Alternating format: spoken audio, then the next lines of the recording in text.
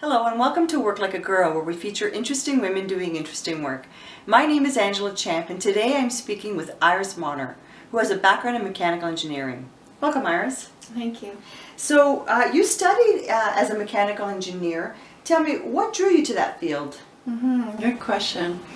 When I was growing up, I always thought I wanted to be a teacher, but as I got through to the later years of school, I was really good in math and science, and I really like to visualize things that I could, tangible things I could see, I could wrap my mind around. Engineering was suggested to me by a family member who had that profession, and I decided to go for it. When I learned more about it, it really seemed to suit me, and so I chose engineering. I did a general first year, which I really enjoyed, and then from there I chose mechanical engineering. That's excellent. And so for those of us that don't know, what kind of work can a mechanical engineer do? I know it's probably as varied as we have hours in the day, but... Yeah, absolutely. And depending where you live, what industries you're near, the job options will be different, but several classmates of mine work in oil and gas.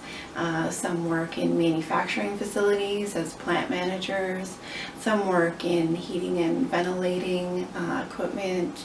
Others work in automotive industry, for example.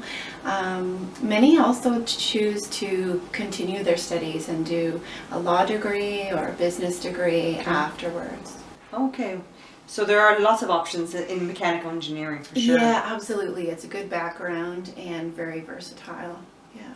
One thing you said caught my attention. You mentioned that you were good in math and sciences, and a lot of the women I've been interviewing for Work Like a Girl mentioned their aptitude and love of math, physics, and other sciences as part of what drew them to choosing a career, whether it was in as a technologist or as an engineer or even some other professions. And yet we hear a lot about girls who walk around saying math is hard, or girls in school are not encouraged. Mm-hmm. How can we continue to encourage girls to keep up this love of math and science, mm-hmm. and perhaps look at those STEM professions? Yeah, that's an interesting point. I actually tutored several students when I was in high school. I tutored younger students, several of them female and males as well, but I think really reaching out for help when you need it, and for older people to give back to the community and to tutor people when you have the opportunity.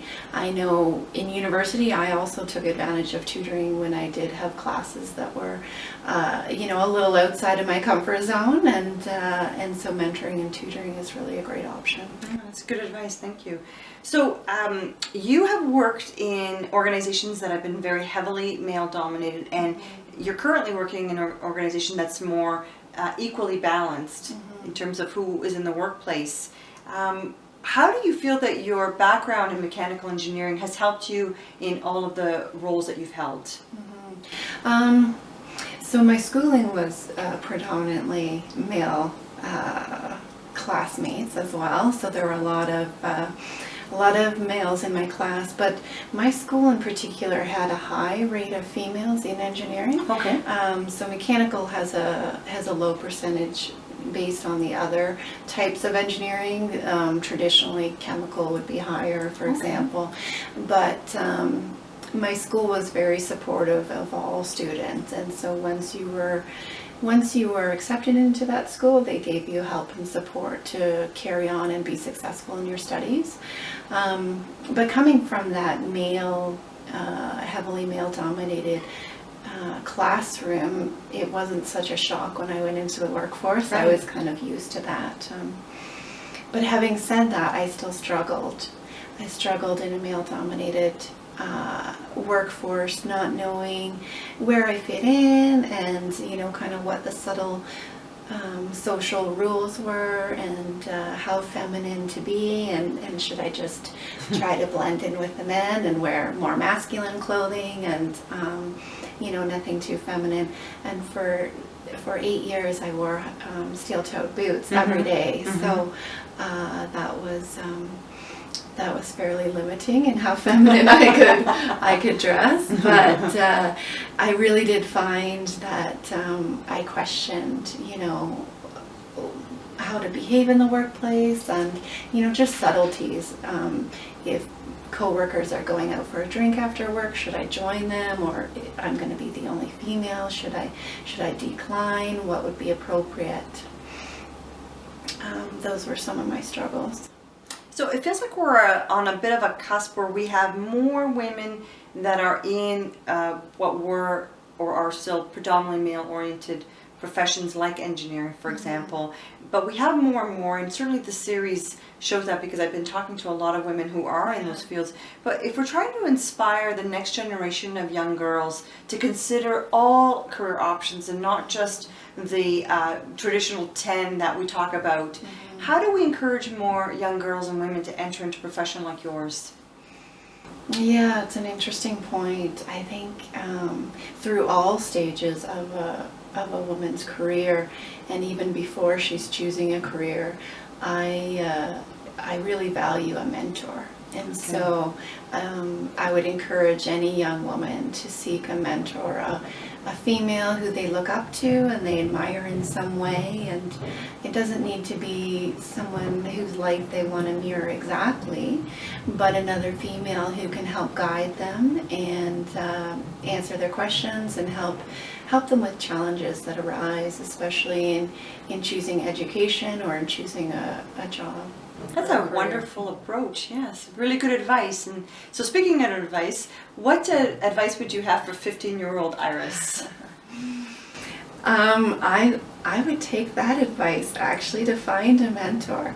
Find a woman who I looked up to and was outside of my, immediate family, and and be able to have a conversation with her about what challenges I might face, and how to confront those challenges, and how to stay true to myself when I'm working in an environment that I'm not as comfortable with. I think that's good advice, not just for 15-year-old Iris, but I think for everybody. So thank you. This series is really meant to inspire and educate young women, teachers, parents, and really anybody else who's interested in careers. And so I like to ask, are there any nonfiction books that you like to gift or recommend to people? Yeah, I do have a couple. I brought them along. I'd love to see them. So the first one is Rework, and this really challenges some of our traditional ideas about what makes a good worker, what makes a good a workforce. It's a really interesting book for anybody, not just females. But more female specific is Darling, You Can't Do Both, and Other Noise to Ignore on Your Way Up.